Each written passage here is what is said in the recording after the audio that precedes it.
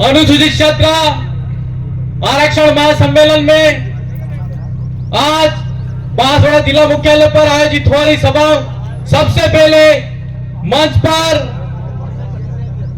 हमारे समाज के वीर योद्धा जिन्होंने आज सामाजिक क्रांति के माध्यम से देश को आजाद कराने में अहम भूमिका निभाई, उनको शत शत नमन करता हूं।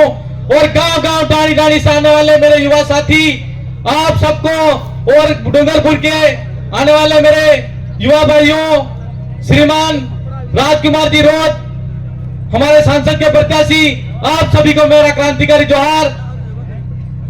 आज मंच पर हमारी बहुत सारी बातें हो रही है, लेकिन अनुसूचित क्षेत्र के अंदर आरक्षण की जो बात है उसका मूल उद्देश्य यह है कि हमारा आदिवासी क्षेत्र के अंदर 1874 के अंदर सबसे पहले अंग्रेजी हुकूमत के सामने आदिवासियों ने लड़ाई लड़के अलग से हमारा एक्ट बनवाया था। वही कि वही 1919 में आया, वहां पर भी आदिवासियों ने लड़ाई लड़ी। वही कि वही 12 शासन अधिनियम 1935 में आया।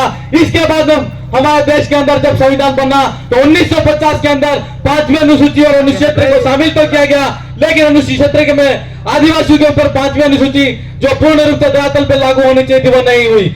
इसी का कारण आज आदिवासियों को पूर्ण रूप से आरक्षण नहीं मिला है। तो हम इस सभा के माध्यम से 2 बार सरकार के सामने पहले भी हमारे 2018 में राजकुमार जो राम प्रसाद जी जब विधानसभा में गए थे तो उन्होंने पुरजोर तरीके से आरक्षण की मांग को उठाया था और आदिवासियों की आवाज को और बिल प्रदेश की आवाज को बुलंद किया, लेकिन सरकार ने नहीं सुना। लेकिन इस बार हम ये कहना चाहते हैं राजस्थान की बदनौर सरकार से कि हमारा जो आरक्षण का मामला है, अनुसूचित क्षेत्र के अंदर जो आरक्षण की जो बात और मांग उठ रही है, युवा आपके माध्यम से ये कहना चाहता है और हमारे समाज की मांग को बदनौर सरकार से कहना है कि जल्द से जल्द हमारी मांग को सुने। अगर हमारी मांग को नहीं सुना गया तो यह निश्चित तौर पर समझ लेना कि आने वाले क्षेत्र के अंदर, आने वाले टाइम के अंदर बीजेपी के और कांग्रेस के यहाँ पर जो भी नेता है उनको हम जूतों की माला पहनाएंगे और जूते मारेंगे। आज एक बात और कहना चाहते हैं कि इतने कम समय के अंदर आप सबने देखा कि हमारा बागीधरा विधानसभा के अंदर 2020 मैच हुआ था, लेकिन 2020 मैच के अंदर यह पता नहीं था कि मैच ड्रॉ हो जाएगा, फिर से होगा।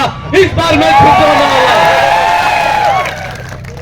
तो आप सबने देखा कि समय के साथ में एक ही बात भी था जिसका मतलब मोदी से प्रभावित हुआ यूं कहते हैं, पर हमको ऐसा लगता है कि आप मोदी से प्रभावित नहीं हुए थे, ईडी से प्रताड़ित हुए थे और इसीलिए आप बीजेपी के अंदर ज्वाइन करने की मजबूरी हो गई। तो हम, और दूसरी बात, ईडी से तो डरे हुए थे ही सही, लेकिन साथ साथ ईडी से भी डरे हुए थे। तो दोनों डर से उनको बीजेपी का दामन थामना पड़ा।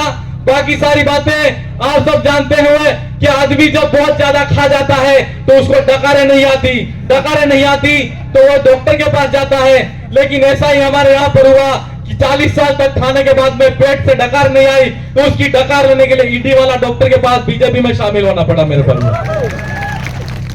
तो आप सबको पता है और ज्यादा समय नहीं लूंगा, लेकिन चिट्ठी पकड़ा दी है, लेकिन मुझे इस बात की चिंता नहीं है कि ये वसुंधरा जी की सीएम कुर्सी चलेगी, मेरी कोई कुर्सी जाने वाली नहीं। आप एक बार एक स्लोगन लगा के इस बात को मैं मेरा स्थान ग्रहण करूंगा कि अब की बार बोलूंगा तो आपको बोलना है राजकुमार, अब की बार राजकुमार, अब की बार राजकुमार। आप सबने सुना और ये मुझे यहाँ पर बोलने का मौका दिया। शायद संचालक महोदय मेरा नाम भूल गए थे, पता नहीं। आप सबको जय जोहार, जय आदिवासी, जय बिल प्रदेश। फिर मिलेंगे, बार बार मिलते रहेंगे। आप सबकी जय।